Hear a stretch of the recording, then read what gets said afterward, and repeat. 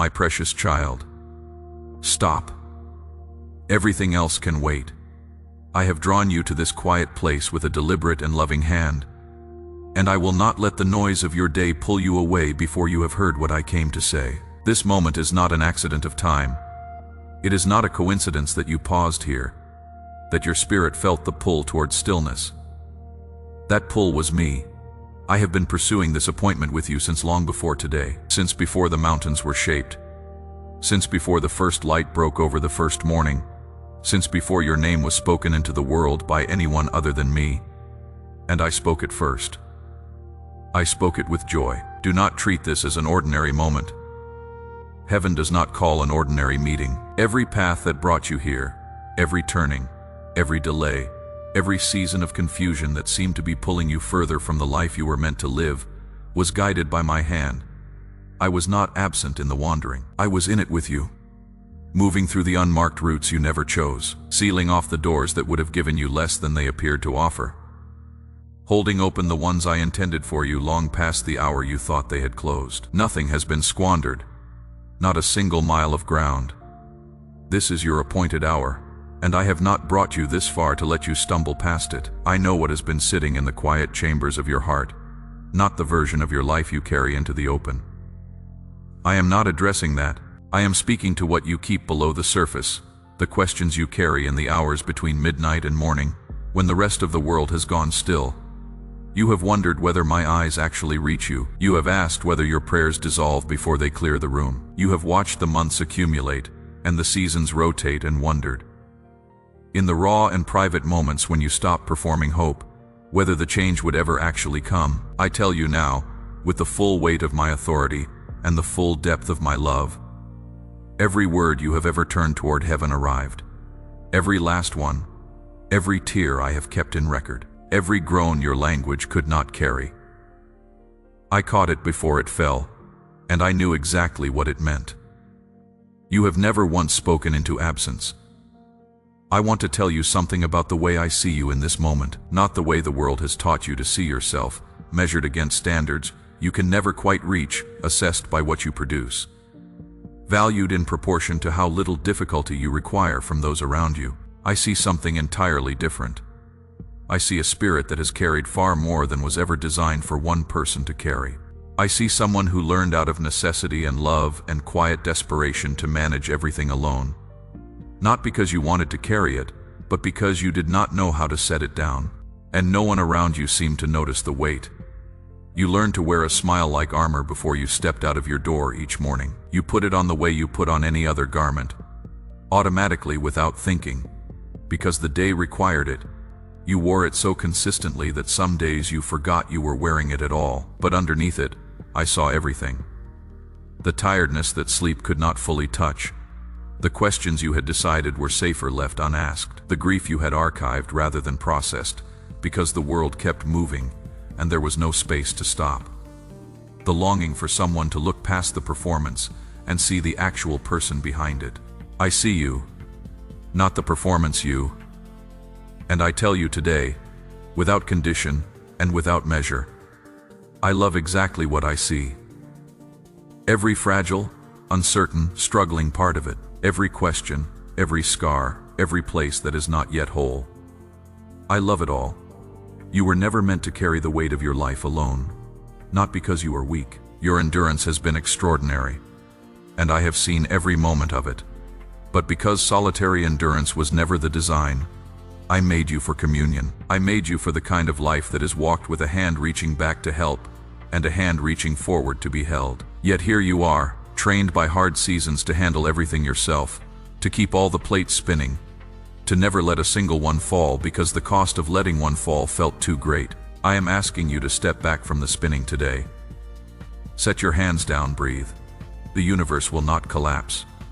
I am the one holding it together, and I am more than capable of holding your life together as well. The silence around you right now, hear me on this, do not mistake it for emptiness.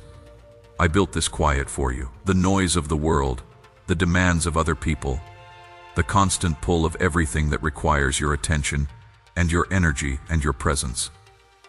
I have drawn you back from all of it for this moment. This silence is not a void.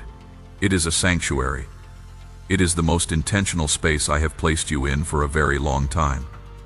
And in this sanctuary, I am going to speak to you about everything that matters. I am going to address the things the enemy has used against you. I am going to name what is ending and what is beginning. I am going to call you by name into the season I have been preparing since long before you were ready for it. Stay with me. Every word from this point forward was chosen specifically for you. Declare your amen if you have faith.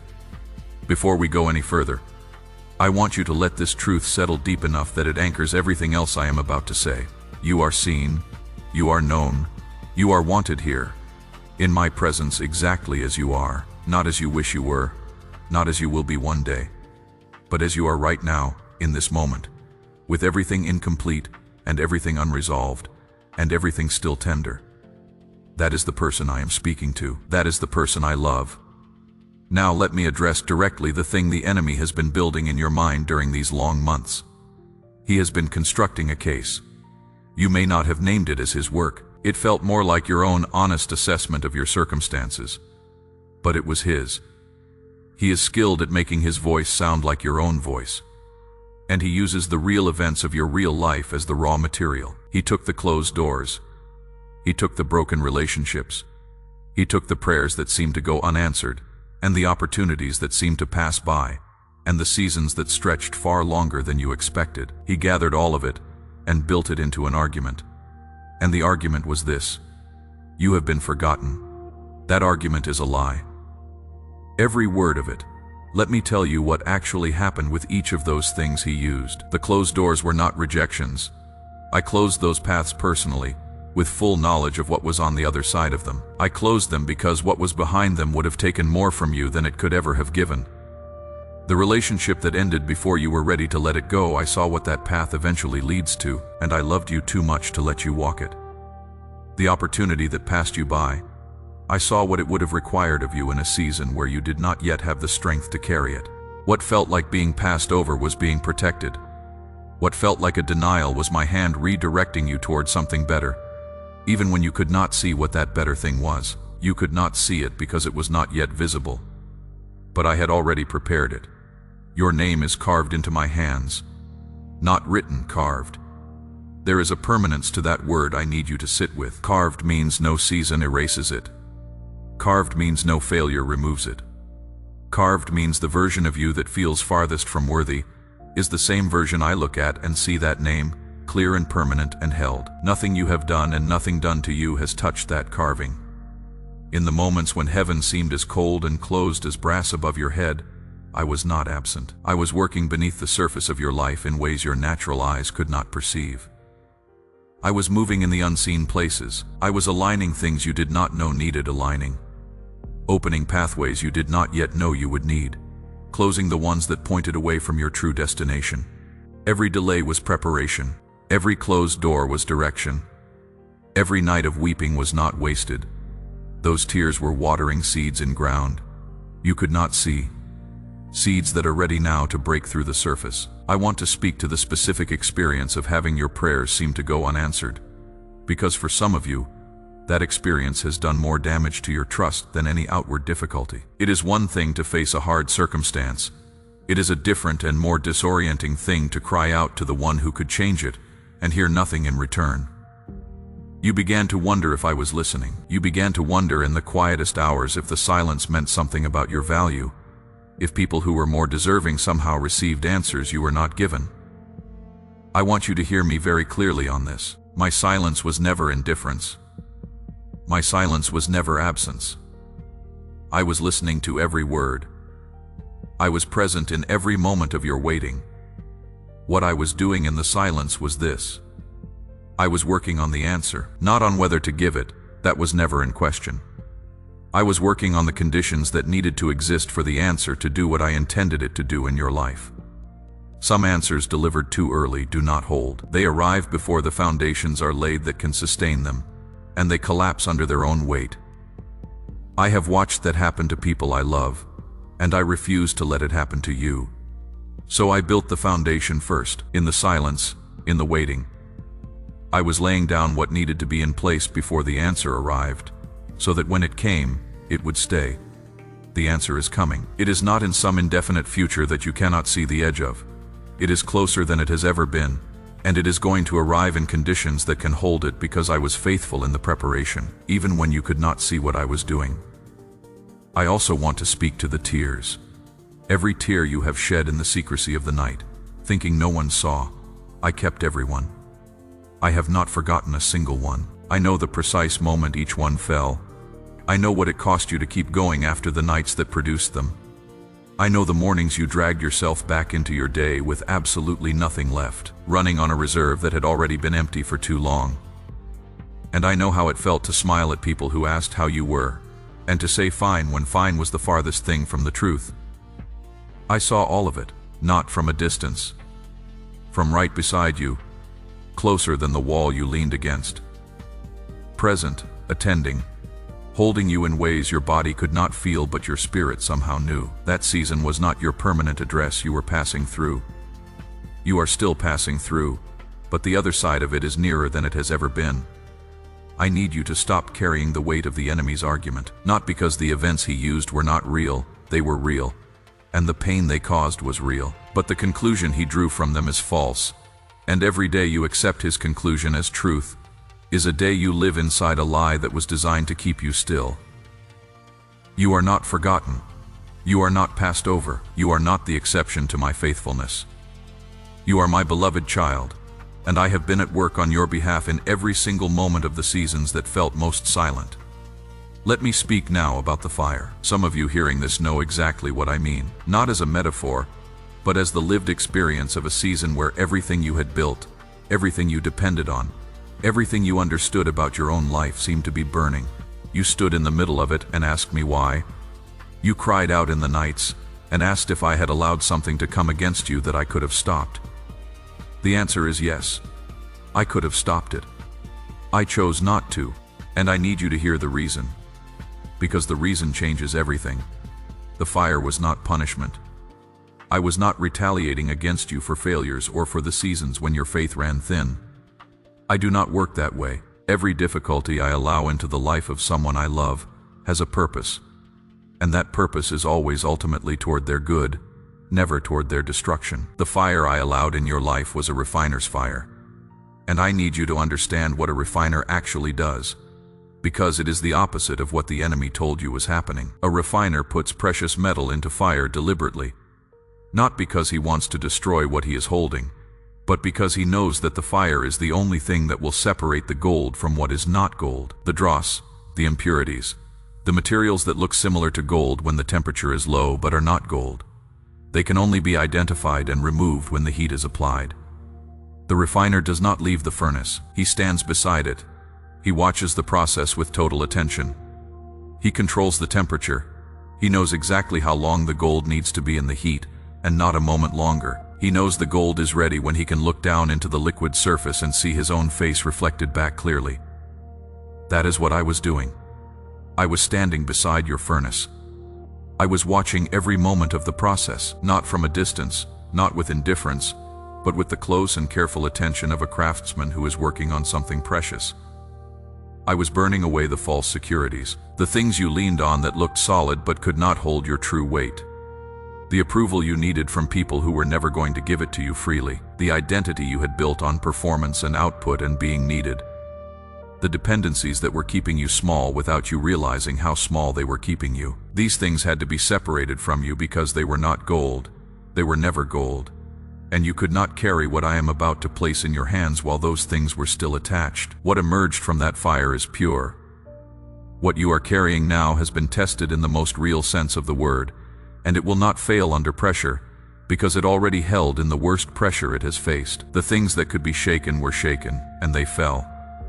What remained? Your faith, stripped down to its most honest and fundamental form. Your love, which kept reaching outward, even when the world around you went cold. Your capacity to trust me, even in the silence. That is what remains. That is what is pure, and it is more valuable than anything the fire consumed.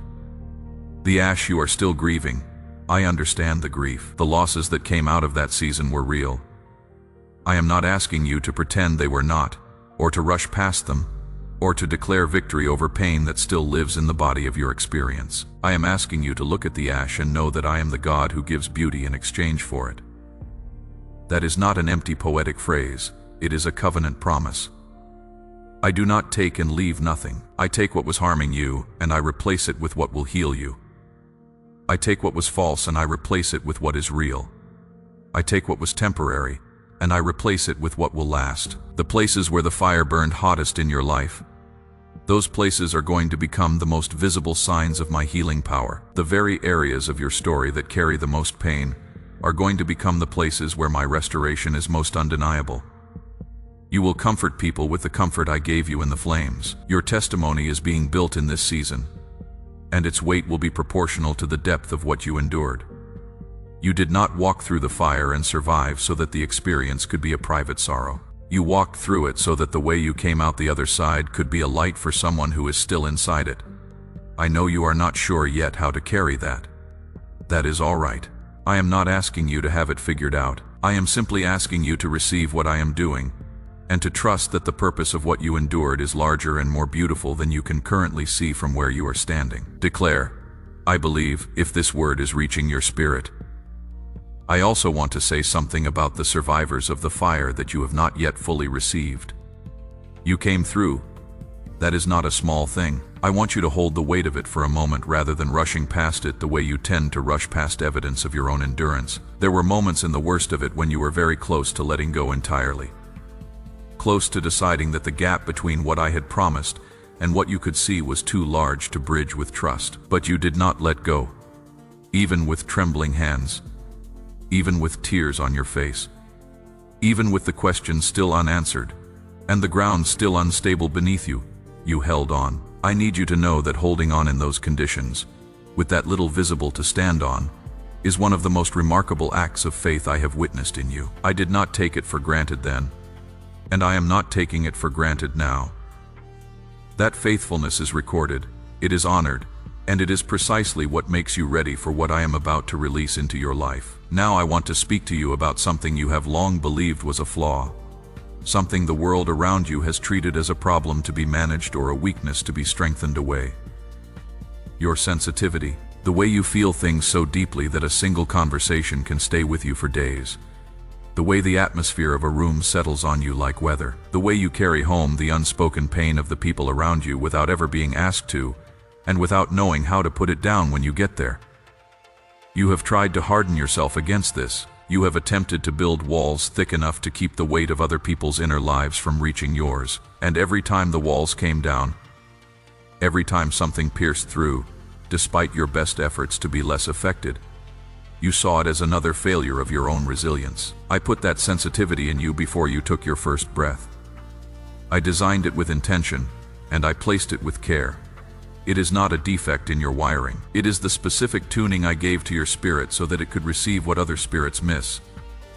You feel the unspoken grief in a friend's expression because I made you able to feel it. You notice the shift in a room when something is wrong beneath the surface because I gave you that perception. You respond to the quiet stirrings of my spirit with a readiness that some people spend their entire lives trying to develop because I wired that receptiveness into you from the beginning.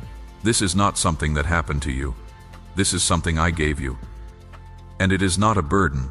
It is the primary instrument of your calling. But I know the cost of carrying it without understanding what it is. You have lived for years as a dry sponge, absorbing the emotional weight of every person who crossed your path, taking on the anxiety they carried, the fear they expressed, the sadness that clung to them, and storing it all in your own body until you were so saturated with what was never yours to carry that you had no idea anymore where their weight ended and your own began. You walked away from conversations exhausted in ways you could not explain to anyone. You felt things you had no name for. You carried heaviness that seemed to come from nowhere, and it came from everywhere, from every unguarded interaction, every absorbing of what should have passed through you instead. So hear me on this. Today I am teaching you the difference between feeling and absorbing. You were made to feel deeply, accurately, compassionately. You were never made to absorb. Those are two different things, and the confusion between them has been costing you your strength. Feeling is when my love moves through you towards someone in need. Absorbing is when you take their burden into yourself and try to carry it as your own. The first is your calling. The second was never yours to do. I am the one who carries what they carry. My shoulders are not like yours. What breaks you does not break me. Your role is to feel, to love, to speak what I give you to say, and then to release the weight back to me, the way a river releases to the sea. Let it flow through you, not into you. I am establishing a gate of wisdom around your spirit today. This is not a wall that isolates you. I am not asking you to become less feeling, less present, less open. I am giving you a discernment that allows you to recognize what is mine for you to carry, and what belongs to me alone. Walk in this, and the gift I placed in you will no longer cost you your health and your peace. It will instead become the most powerful thing about you, the capacity to reach people in their most hidden pain, to speak to what they have never told anyone, to be a hand of my comfort extended into places that are too raw for harder instruments to touch. I also want to address the people who left. I know that alongside the fire, alongside the waiting, the departures were among the deepest wounds of this season. You poured yourself into those relationships. You gave patience and presence, and the kind of love that costs something. And when the people you gave it to turned and walked away, the wound was not just loss, it was a question. What did I do wrong? Where did I fail? If I had been different, would they have stayed? I need to answer that question clearly. In most cases, no. Their leaving was not primarily about your failures. In many cases, it was about mine. My active work of repositioning the pieces of your life. I was the one who drew the boundary. I was the one who ended what you would have kept going. Not because they were bad people, not as a punishment to either of you, but because the path I am taking you on requires a specific kind of company, companions who diminish you, who require you to keep yourself small to maintain their comfort, who take the best of what you carry and give very little of themselves in return. Those companions cannot walk with you into the season ahead. The road ahead requires people who can keep pace with what I am releasing in you. I was creating space, and what I am sending into that space. The connections forming even now, drawn toward you with an alignment, you will feel the moment they arrive. They are worth what the clearing cost. My beloved, I am calling you now to a physical act of trust. Place your seed of faith on the altar before me. Release a portion of what you hold into the deep current of my purpose, not out of fear, not to earn what I have already determined to give you, but as a declaration that your confidence rests in my hand and not in your own resources. What you release with open hands, I will return pressed down, shaken together, and running over. The depth of your surrender will meet the depth of my response. Sow into the work of my kingdom, and watch what I release in return. Now I want to tell you about the harvest. I want to tell you what has actually been happening in the ground beneath your feet during every season that looked empty to you, because the lie the enemy has told about your waiting is that it was purposeless, that you stood in the same field for years and nothing grew, that you sowed and the ground took everything you gave it and returned nothing, that the waiting was just waiting, dead time, stalled time, the wasted space between one life and the one you were promised. That is not what happened. A farmer plants a seed in dark ground and covers it over, and from the surface everything that comes after looks like nothing. But beneath the surface, the seed has already cracked open. Life is already moving upward, pushing through the dark, finding the way toward the light it was made for. The work is invisible from above. It is entirely real from below. Every day the farmer looks at the empty field. The roots are going deeper. Every week that passes, where there is nothing to show, the structure is being built that will hold the fruit when it comes. The harvest requires this hidden season. It cannot be bypassed. The farmer who digs up the seed to check on it destroys the very process he is waiting for. You have been in the hidden season. The roots of your faith have been going deeper than you knew. The character that has been forming in you through every hard thing. The patience, the perseverance, the capacity for trust in the dark that you developed because there was no other option. These are the root system. They are the structure that will hold what I am about to bring into your life. And now, hear me on this. The season of hidden growth is ending. What was forming underground is ready to break through. The field that looked empty is about to show its fruit. the harvest of everything you planted in faith, in tears, in the long nights when the answers did not come, and you kept praying anyway. It is rising. Hold your ground right here. Do not turn back at the edge of the harvest. This is the exact moment the enemy wants you to give up, when you have already done every hard thing, when you are so close to the breakthrough that to retreat now would mean retreating from the very threshold of what you have been waiting for. The old habit of bracing for disappointment is going to rise in you right here. You will feel it. The familiar tightening, the protective pulling back, the voice that says, do not let yourself hope too much, or it will hurt more when it does not come. That voice is not wisdom. It is the scar of old wounds trying to keep you safe from a pain that is not coming.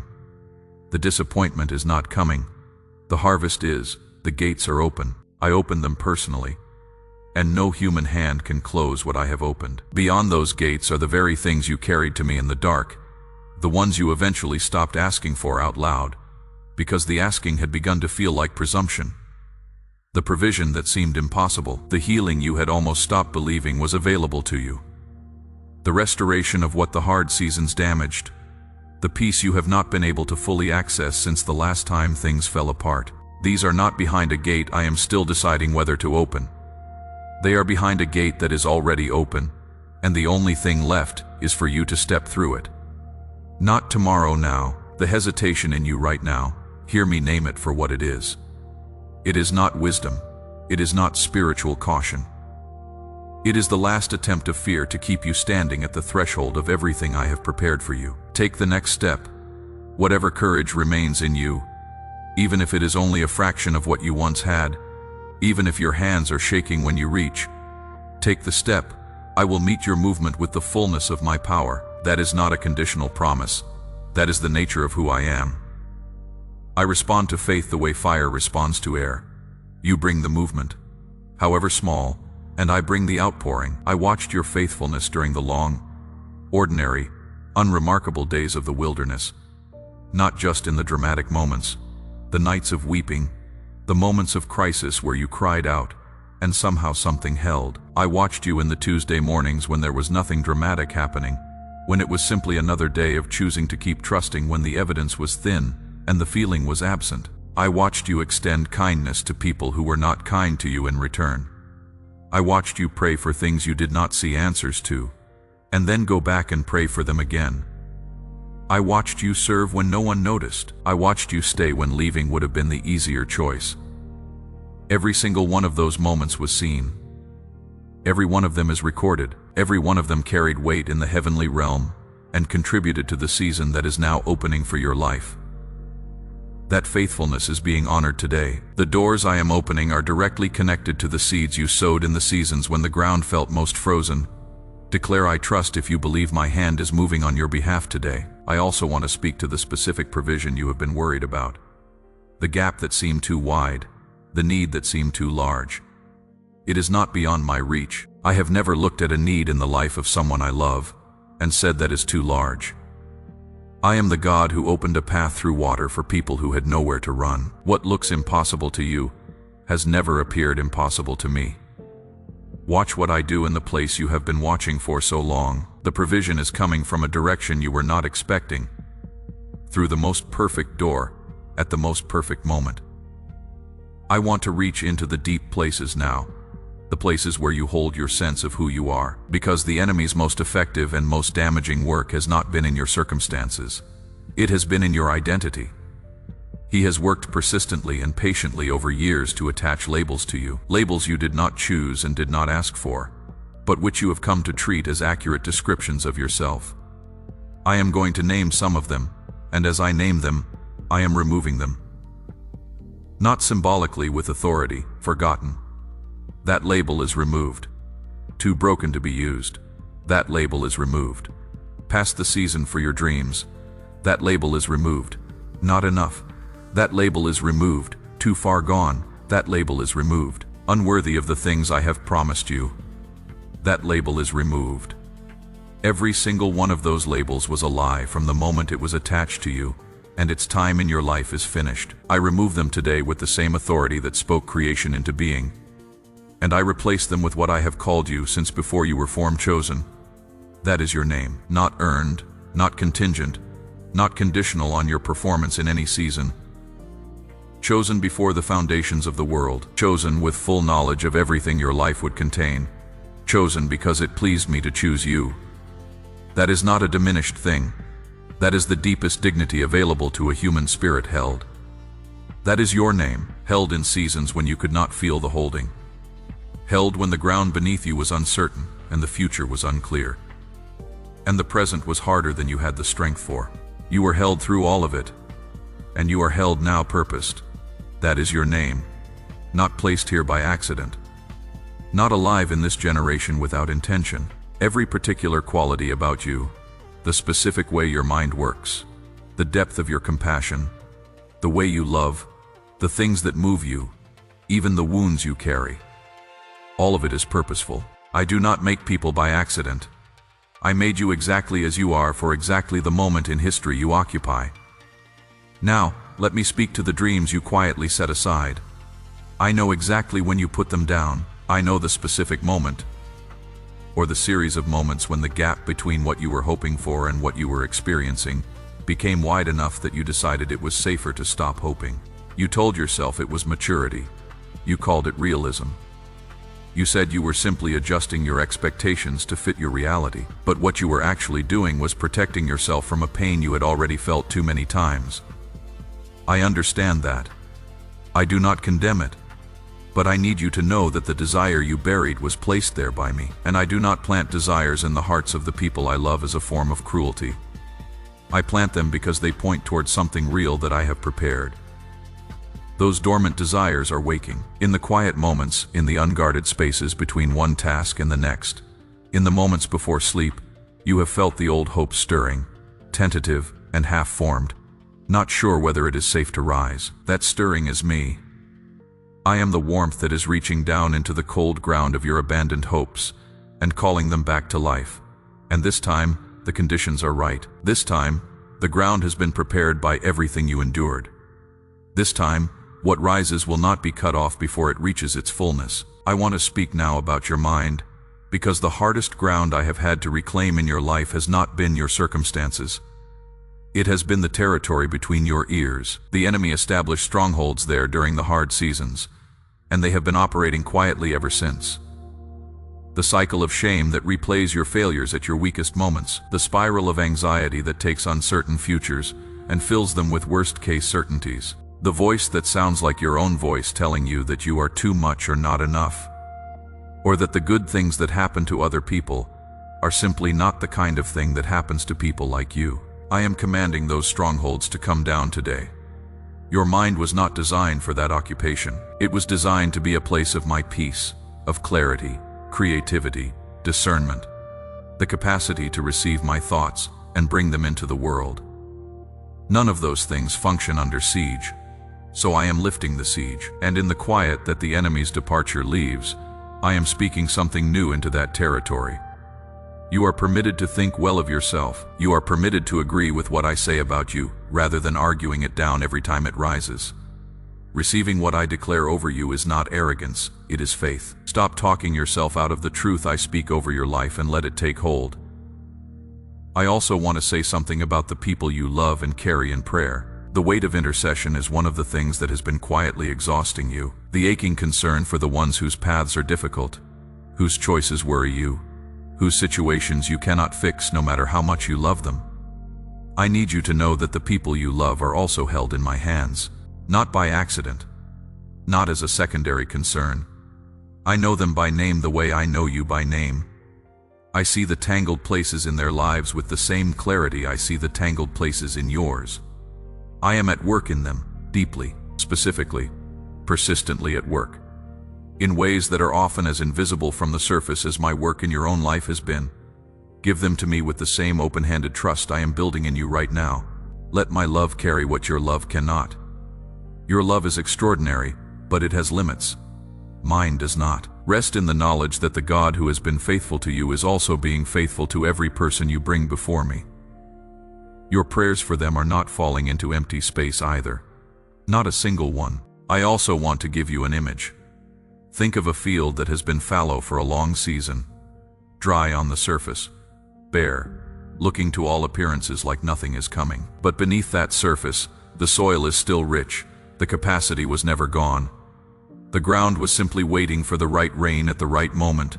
That moment is now. What grows in this field in the season ahead will exceed everything you imagined when you first planted it.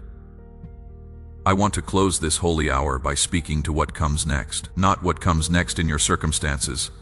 Those things are already in motion, and you will see them unfold. But what I am asking of you as you step back into your life from this moment, I am asking you to rest, not as a reward for finished work, as a declaration. When you rest, you are saying with your whole body what faith says with your voice.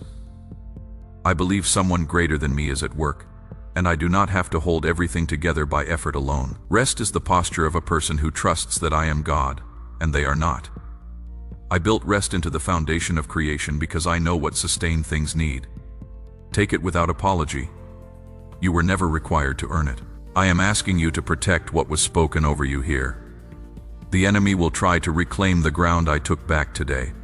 When he comes with the old arguments and the old labels, and he will come, have this word ready, not as a memory of a feeling, but as a declaration spoken out loud. I am chosen. I am held. I am purposed. My times are in the hands of the one who loves me completely. That is the truth of your life stated plainly in the face of the one who has been trying to convince you otherwise. And I am asking you to come closer, not to a discipline or a structure or a system, to me. The hunger you carry for more of my presence, that hunger is holy. I placed it there. Every longing I create in a spirit points toward the thing that will satisfy it. And your longing for more of me points directly at me. I am not hiding. I am drawing you in. Come closer. Let my presence become your most familiar resting place. Not a place you visit in crisis, but the ground you live on. Not something you reach for when everything else fails, but the constant beneath everything else. My precious child, this is the final word of this hour before the world was made.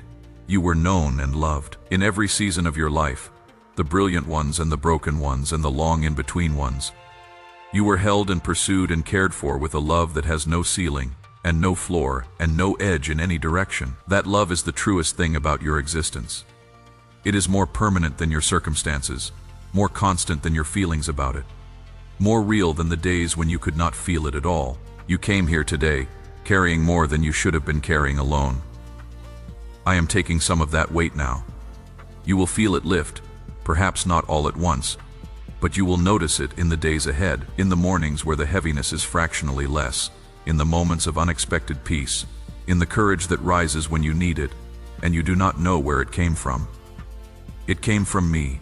It was always coming from me, and it will keep coming. Walk forward. I am already ahead of you on the road. I have already been in the moments that you are afraid of. I have already seen what comes next. And I am telling you, it is good. Go forward with that truth carrying you when your own strength is thin. I am with you. I will always be with you. And what I have spoken over your life today will not return to me without accomplishing everything I sent it to do. Say, yes, I am ready. God bless you.